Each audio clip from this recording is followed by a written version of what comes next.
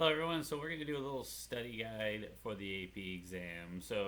A couple of things. I got some notes here, so I'm going to look down every once in a while. But I always want to go over the logistics of how the test is going to work. Okay, so number one, the test is going to be May 20th on Wednesday. Everyone has to take it. If you go to College Board, it's going to tell you it's at 2 o'clock, but that is Eastern Time. Okay, so the test is actually at 11 a.m. for us. We're in Pacific time. We're in a different time zone. In case you didn't know, I don't know. I know they're trying to tell people, but I'm still getting a lot of people who think it's at 2 o'clock.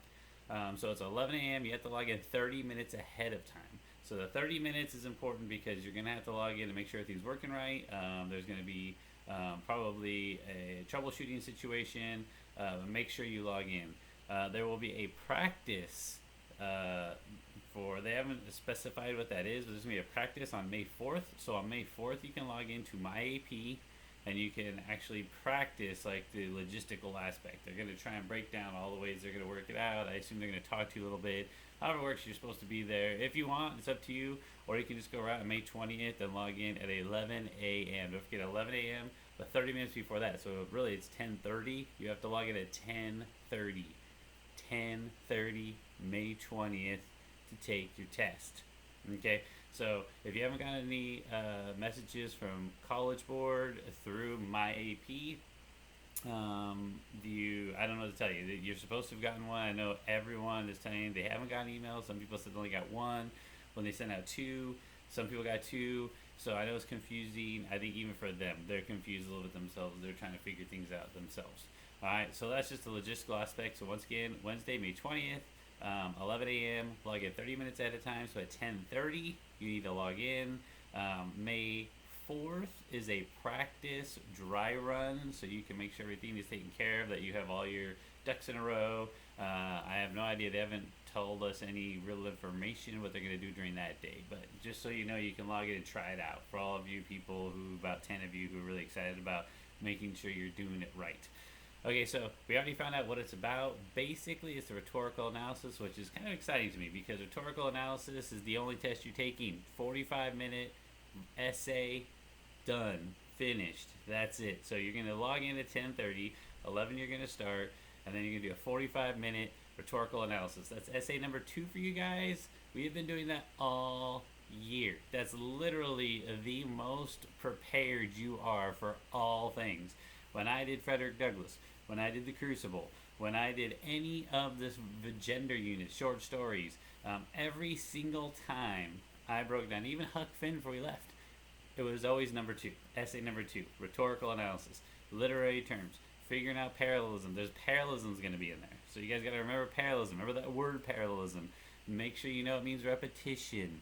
Okay, there's going to be irony in it probably. Okay, but even if you don't remember anything, so I'm going to go over today the whole entire gamut of how you need to break down your essay. So you have 45 minutes. We're going to break down today how in 45 minutes you knock this essay out. Essay number 2, rhetorical analysis. Now you can go to YouTube, type in AP English Language study guides. There's actually a lot of lectures from people who are at College Board who are lecturing on how to do essay number 2. I read a few of them.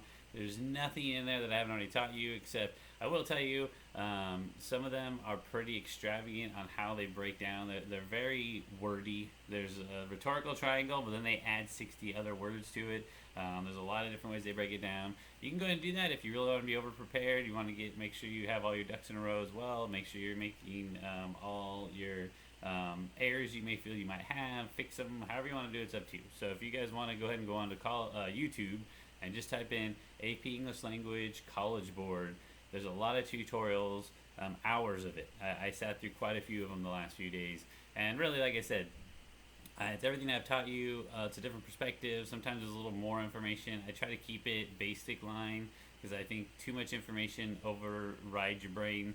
So if you guys just want to break it down to the most simplistic aspects of how to write this essay, you have 45 minutes, man. You don't have a lot of time to be foo-fooing around, messing around with all these different, lingo terms and trying to do all these things like soapstone, which, I'm sure you've done in other classes. I touch on soapstone, but I don't say the word soapstone. But everything I do really is soapstone. Okay, so here's how it works.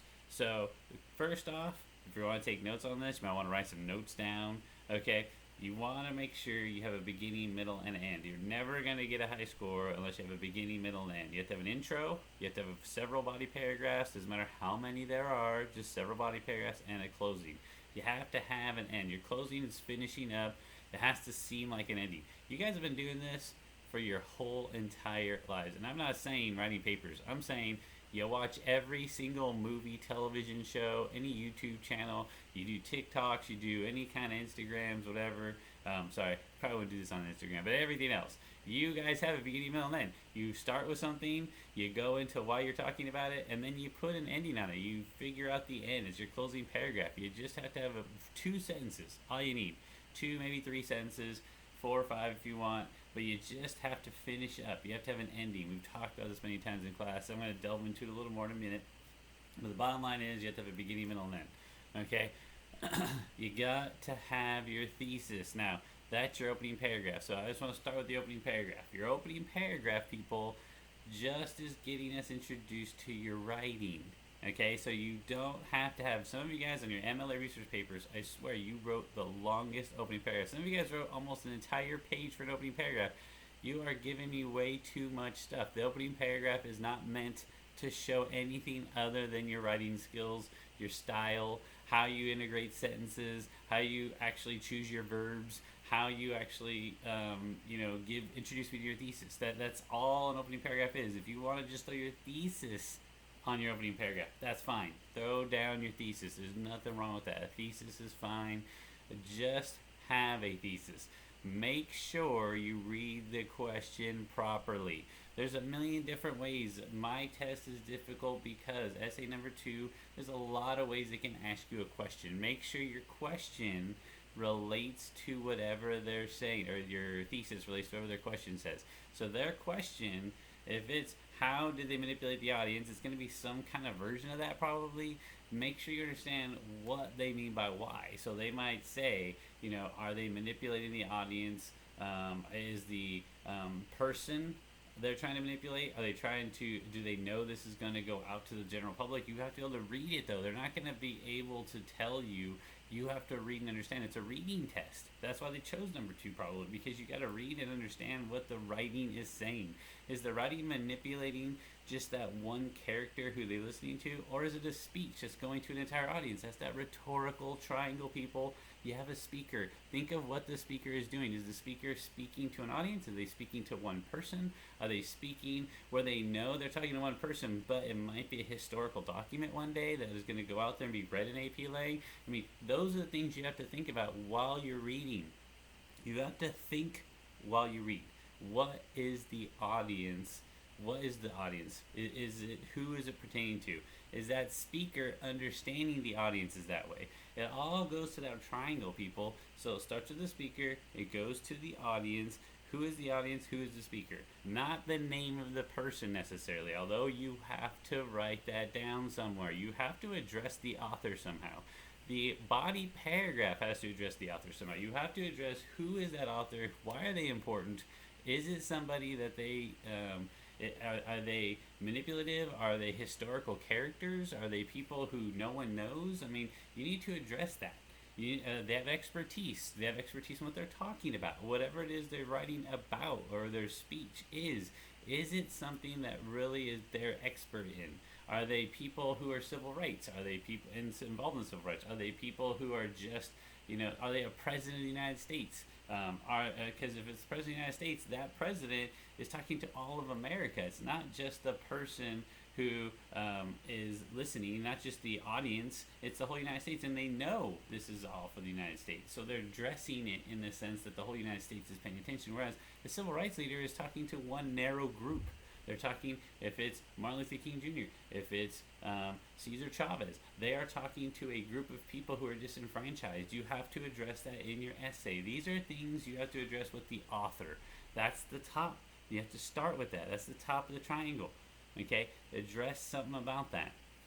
When you talk about manipulation, you should probably address some literary terms. But if you can't, don't worry. It's 45 minutes. You might be under a lot of stress. Don't worry about parallelism. Say repetition. That's fine. Talk about how they're manipulating. Because you are not going to get that extra point, people. Because there's a 1 point that you get for sophistication. That is going to be the sophistication of both your writing and your ability to argue a point and explain why. Why? We've been doing that all year. Why or how is it manipulating the audience? That's all you need to address. Okay, so is you mentioned the speaker, probably in your opening paragraph you should say, hey, so and so, the author of the person who did the speech or wrote the article, the author of that person is doing blah. What are they doing? How are they manipulating? Address, maybe if you think there's a lot of parallelism, maybe address the parallelism in your thesis. Okay, so that's in your opening paragraph. Okay, if you're gonna address literary terms and they ask for literary terms, I would probably go with at least 2. Don't do 1. You want 2, maybe more, but 2 is good. Stick with 2. Parallelism and irony. Go with that. Okay, because it might be in there. Parallelism, or some other literary term. You can talk about how the parallelism is addressing the other part. And if you can combine those 2, that's sophisticated because you're showing how parallelism works with irony and it works to come to an end with the audience. That's what you want to do. Kind of think on those terms. You want to make sure everything comes together though. Your whole essay needs to work from beginning, middle, and end all together for like 1 point. Okay, it's 1 point of like what's happening for the manipulation, that is, because they're asking you probably how are they manipulating the audience. Now that audience is being manipulated for one point. Like that a speech is really kind of targeting one idea. Make sure you're harping on that idea throughout the whole essay. That has to be the thematic thing that brings everything together. Okay. Once again, make sure you have some text in the text that you're reading, the one that you're addressing, the one that you're using. Because I noticed in your MLA paper, some of you guys were not going back to the text. You have to go back to the text. You have to address something from the text. If you're saying that there's parallelism, address the parallelism directly from the text. Put it in quotation marks. Make sure you cite correctly. We've talked about this many a times. You have to cite. Some of you guys have a lot of hanging quotes. You guys are, I just got someone who just analyzed Huck Finn chapter 17, and they put a period and then open quotes. Okay, that's a hanging quote, people. You got to put a comma. You got to tag, put a comma, open your quotes if you're going to do that. Okay, so make sure that you can paraphrase too. You can talk about, hey, it might be something that you're addressing that's just generic in the story. Just paraphrase that. You don't have to have it in quotes, although if you want to, that's fine too. Either way, there's no real straight answer. Also, when you're in your analysis, let's see, make sure you're talking about the persuasion, because remember we talked about language is all about persuasion and how is it persuading the audience. Okay, the subject matter they chose, maybe the subject matter, because that rhetorical triangle subject is in there. That subject, it might be something that doesn't relate to the end result. Talk about how the subject relates to how the audience is going to be manipulated. That is important. So that can be the next paragraph. So one paragraph can be about how the speakers manipulate the audience and then rotate into, through literary terms obviously, then the next paragraph can talk about how the subject matter intertwines with that audience affected by that actual persuasion. So talk about it in those terms, people. You need to address why or how. You're not getting that point for getting anything. If you're just going to talk about, yeah, he uses repetition because he's trying to fix, blah, blah, blah. If you're just saying he's using repetition over and over again, you're not going to do well. Some of you guys need to understand, it's not just addressing the fact that you notice the parallelism, it's addressing why the parallelism is affecting the audience and what subject matter is used to affect that audience. Okay, those are things you have to consider. Okay, so the last thing I want to address is your sentences. You guys really have to concentrate on your word choice, your sentence structure. Are you weaving? So you have to make sure you have compound and complex sentences. Some of you guys, you are overdoing your complex sentences. Look, I know I like complex sentences, and if you don't know what that is, go to my website on the right hand side. The video you're watching, you went to my website. On that same list where this video is, there is a thing about basic sentences, about how compound and complex sentences work. Read them. Compound sentences are the fanboys. Complex sentences are the other ones. While, because, if. Make sure you're weaving those two together. Make sure you're weaving your complex sentence where you have because in the middle, but then maybe another time you'll have while at the front of the sentence. Things like that. Make sure you're weaving your ideas together. If it's going to be, you're going to talk about this for one paragraph, and the next paragraph talk about the next thing. That's basic. You're going to lose some. You're going to lose a point probably just for having a mechanical style. You have to weave everything. We talked about weaving all year long. Weaving sentences, weaving ideas. Okay. Also, your word choice. You have to have great, strong verbs. Make sure you're not using your dead words. Look at that dead word list. Now, are dead words going to flunk you? No, you are not going to fail because you used a dead word. But what you are going to do is you're going to show you have a basic knowledge of the English language. And considering this is AP English language, you have to show you have mastery of it. You have to get, you're getting college credit, people. College credit means you know how to use words, and those words have to be strong words. You have to use great vocabulary. Make sure it's in the context, correct context. So don't use, like I've said before, conflagration if you're talking about a little fire in your wastebasket. Yeah, that's an old man name, but whatever, that trash can. Okay, so a conflagration is not a trash can fire. That is a forest fire. Okay, so make sure your words you're choosing fit the context of your language that you're using, of the sentence. Make sure you're talking about real things. Be specific. We talk about it all the time. You guys are not being specific enough too often. Most of you guys have come so far with that. You're getting to the point where you are being specific, but then you're not using the good weaving techniques. And then you're not telling me why your specificity is important to the argument. Okay, all that needs to come together now, people. So you have to make sure you have a thesis, stick to that thesis, go back to the text. When you go back to that text, what I mean by that is using quotes from the text, using ideas from that text, then talking about how whatever he was doing affected the audience. How was the audience affected? Why were they affected? All those are very important things. Using proper pointed language. So that means you have to have a very specific point. You can't talk in circles and say, well, he's really trying to affect the audience because people really need to hear this, because if they don't hear it, they're going to die. If they die, then nothing's going to work out for you. You've written a good paragraph, but you've said nothing. Make sure you have a point. So you have to be specific. Make sure you have good pointed language that proves why you're right, and make sure you're weaving your sentences. Okay? If you do all the things I just said, so I'm going to go over it again. So you have an opening paragraph with a thesis in there that's very specific to how the manipulation or maybe literary terms were being used, and then and what was the point of why they're doing it. Okay? Then weaving your sentences, making sure you have pointed language, making sure you're very specific about your word choice, cutting down on your dead words. Now, like I said, if you have a couple of dead words, don't worry about it. Just move on, man. If you don't have a way to say it differently and you have the word good in it, that's fine. Don't exchange dead words. You're just making it look worse. So if you take good out and put excellent in there, it's not going to work out for you. Okay, so just stay with good. All right? But the idea here is you're changing your verbs to make them strong. So say exemplary or exemplary. Okay, say, now I just messed myself up. Okay, say extraordinary. Okay, that might be better than saying good.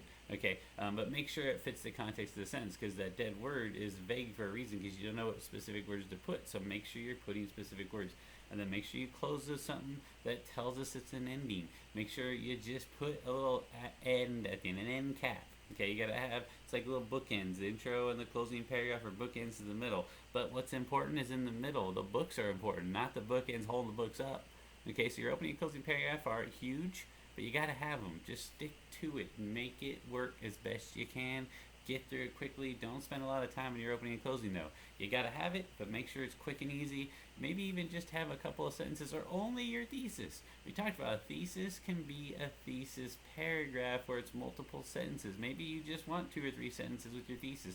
Don't give me a story that's 4 sentences long. You're wasting your time. You have 45 minutes. It's not going to help you on the AP exam. Just get to the thesis. Okay? So beginning, middle, and end. Good word choice. Weave your compound and complex sentences. Make sure you have some argument as to why.